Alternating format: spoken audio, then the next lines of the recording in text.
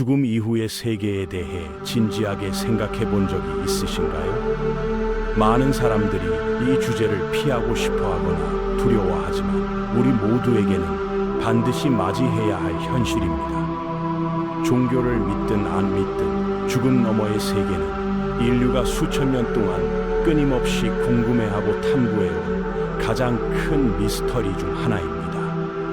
오늘은 성경에 기록된 한 놀라운 이야기를 통해 이 미스터리한 세계의 실체를 자세히 들여다보려고 합니다.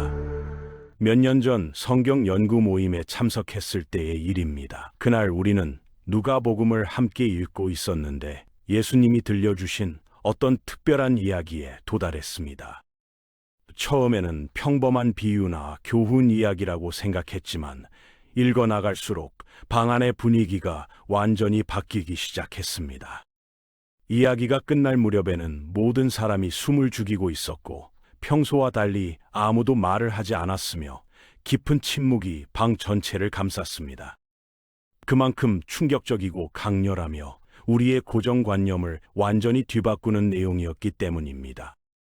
이 놀라운 이야기가 무엇인지 궁금하지 않으신가요? 바로 부자와 나사로에 관한 예수님의 말씀으로 단순한 교훈이 아니라 죽음 이후 세계의 실상을 생생하게 보여주는 계시입니다. 지금부터 이 이야기를 통해 우리가 반드시 알아야 할 충격적인 진실들을 함께 차근차근 살펴보겠습니다.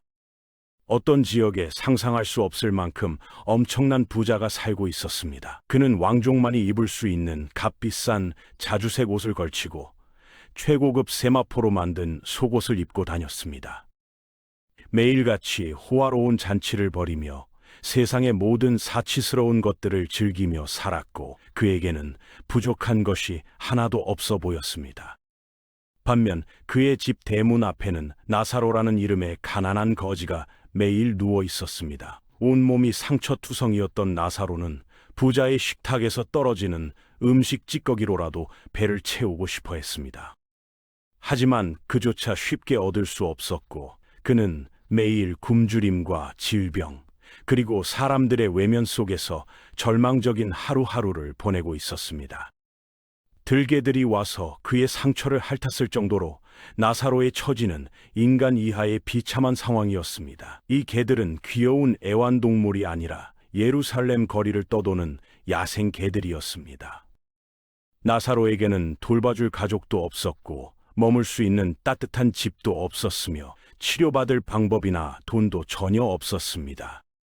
그저 부자의 문 앞에서 하루하루를 간신히 버텨내며 살아갈 뿐이었고 아무도 그에게 관심을 보이지 않았습니다. 시간이 흘러 이 두 사람 모두 각각 세상을 떠나게 되었습니다. 그런데 죽음 이후 그들의 운명은 생전과는 완전히 정반대로 상상할 수 없을 만큼 극적으로 뒤바뀌었습니다. 나사로는 천사들의 특별한 호의를 받으며 영광스럽게 아브라함의 품으로 인도되었습니다. 생전에 아무도 돌봐주지 않았고 외면받았던 그였지만 죽음의 순간에는 하늘의 거룩한 존재들이 그를 영접했습니다.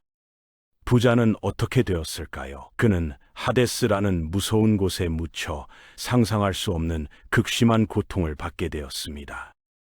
생전에 누렸던 모든 호화로움과 편안함, 사치스러운 생활은 한순간에 완전히 사라지고 대신 견딜 수 없는 끔찍한 고통만이 그를 기다리고 있었습니다. 그곳에서 부자는 고개를 들어 멀리 아브라함과 함께 평안하게 있는 나사로를 바라보게 되었습니다. 얼마나 절망스럽고 후회스러웠을까요? 부자는 큰 소리로 아브라함에게 간절히 간청하기 시작했습니다. 아버지 아브라함이시여, 저를 불쌍히 여기시고 나사로를 보내어 손가락 끝에 물을 찍어 제 혀를 적셔주시기 바랍니다. 저는 이 불길 속에서 너무나 괴롭습니다.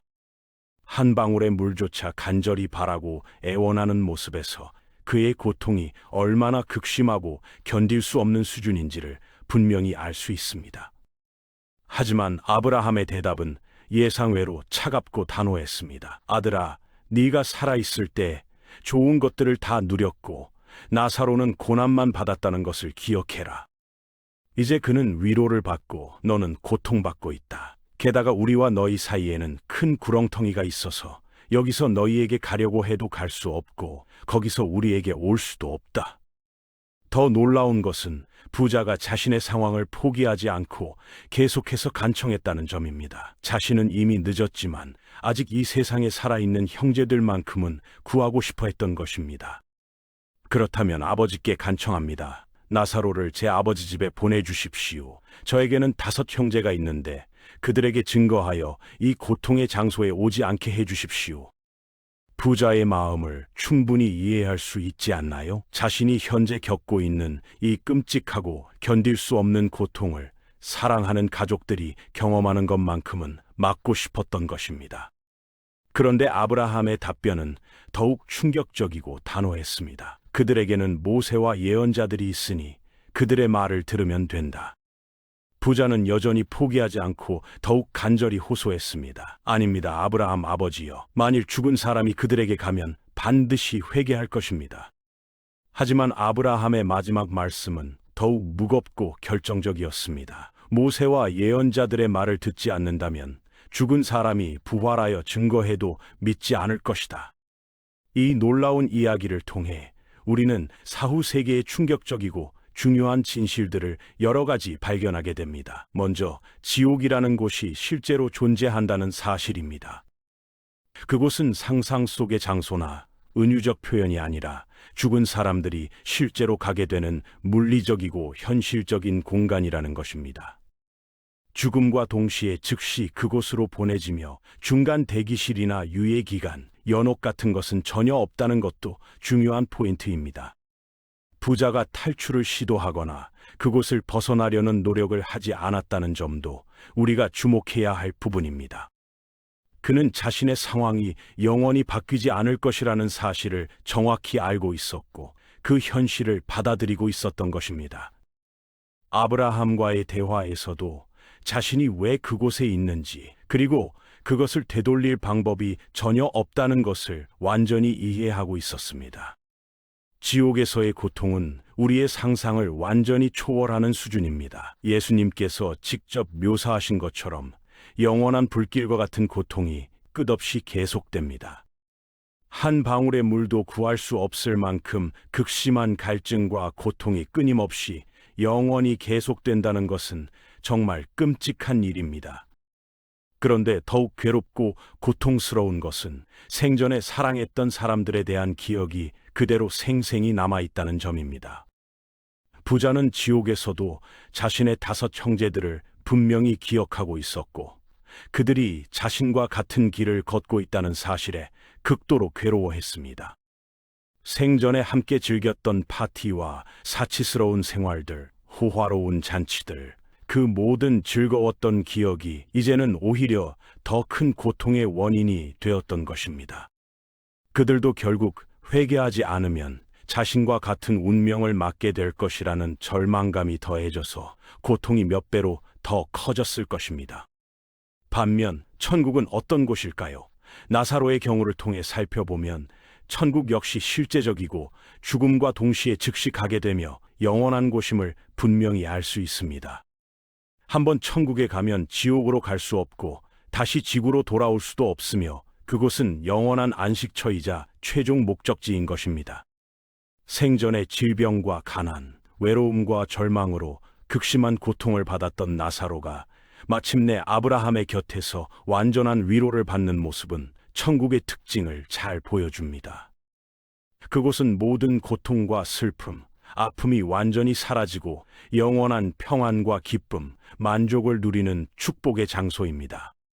또한 천국은 시간과 공간을 초월하는 특별한 곳이기도 합니다. 나사로가 수백 년, 수천 년 전에 죽은 아브라함과 함께 있다는 사실이 이를 명확히 증명합니다. 우리가 천국에 가게 되면 우리보다 먼저 세상을 떠난 믿음의 선조들과 감동적인 재회를 하게 될 것입니다. 역사상 모든 성도들이 함께 모여 하나님을 찬양하고 영광을 돌리는 그 놀랍고 영광스러운 순간을 맞이하게 되는 것입니다. 이 충격적인 이야기가 오늘날 우리에게 주는 경고와 교훈은 무엇일까요? 지옥은 많은 사람들이 잘못 생각하는 것처럼 악마가 주최하는 영원한 파티장이 아닙니다. 무제한 술과 음악이 있는 자유로운 공간이 아니라 상상할 수 없을 만큼 견딜 수 없는 고통의 장소라는 것이 성경의 가르침입니다. 이 중요한 사실을 깨달으면 우리는 두 가지 중요하고 시급한 행동을 반드시 해야 합니다. 먼저 자신의 구원에 대해 확신을 가져야 합니다. 하나님과 올바른 관계를 맺고 있는지 진지하고 솔직하게 점검해 봐야 하는 것입니다. 이것은 선행이나 종교적 행위로 구원을 얻으라는 말이 아니라 하나님 아버지와의 관계를 바로 정립하라는 뜻입니다. 우리를 이 땅에 묶어두고 있는 반복적인 죄들을 진심으로 회개하고 전능하신 하나님의 능력과 공의를 겸손히 인정해야 합니다. 둘째로, 우리 주변에 사랑하는 사람들에게 이 중요한 진실을 용기 있게 전해야 합니다. 천국 시민으로서 우리의 의무는 가족과 친구들에게 진실을 알리는 것입니다. 그들을 구원하는 것은 우리의 몫이 아니라 주님의 일이지만 로마서 10장 14절에 기록된 대로 듣지 못하면 어떻게 믿을 수 있겠습니까? 누군가가 그들에게 지옥의 현실에 대해 사랑으로 경고하지 않는다면 언젠가 천국에서 가장 사랑하는 사람들이 지옥에서 우리를 바라보며 부르짖는 것을 보게 될지도 모릅니다. 왜 미리 말해주지 않았느냐고 원망하는 그들의 목소리를 듣게 될 수도 있는 것입니다. 죽음과 지옥의 열쇠를 가지신 분은 오직 예수 그리스도뿐이십니다.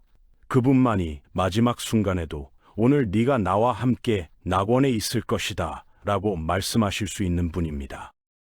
아직 구원받지 못한 분들에게도 여전히 희망이 있습니다. 자비로우시고 오래 참으시는 하나님께서는 여전히 기다리고 계시며 진심으로 회개하고 돌아오는 자를 기꺼이 받아주실 것입니다. 마음을 활짝 열고 예수 그리스도의 빛이 당신의 삶을 완전히 비추도록 하십시오. 그 희망은 바로 우리 주 예수 그리스도이시며 그분만이 영원한 구원을 주실 수 있는 분입니다.